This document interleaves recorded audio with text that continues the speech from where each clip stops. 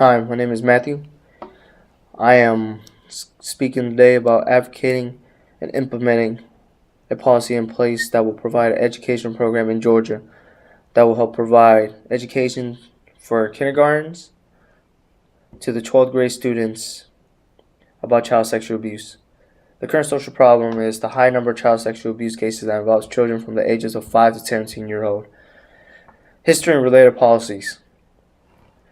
There was an initiative back in 2011 according to Curtis, Fawcett, Schober, Thigpen, and Wright that involved the dissemination of child sexual abuse prevention messages and materials supporting local people's responses to the warning signs about child sexual abuse. It was a statewide training program. The current policy in Georgia surrounding child abuse requires adults with regular access to children, such as teachers, doctors, to report any credible signs of abuse. Failure to comply with mandatory reporting requirements is a misdemeanor in Georgia.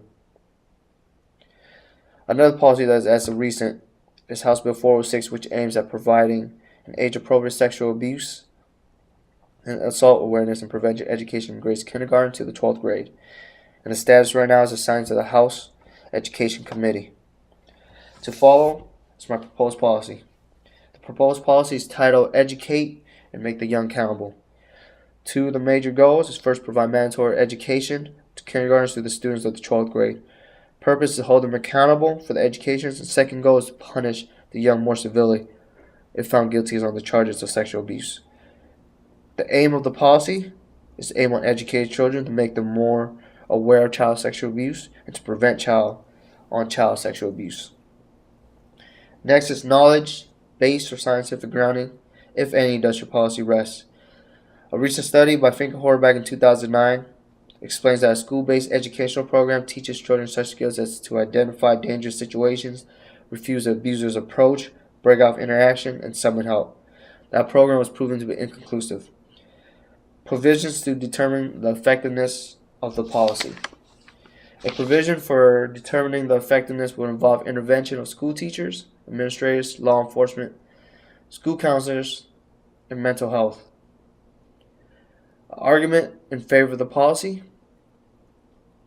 Another research by Finkelhor back in 2000 states that a third of offenders against juveniles are themselves juveniles.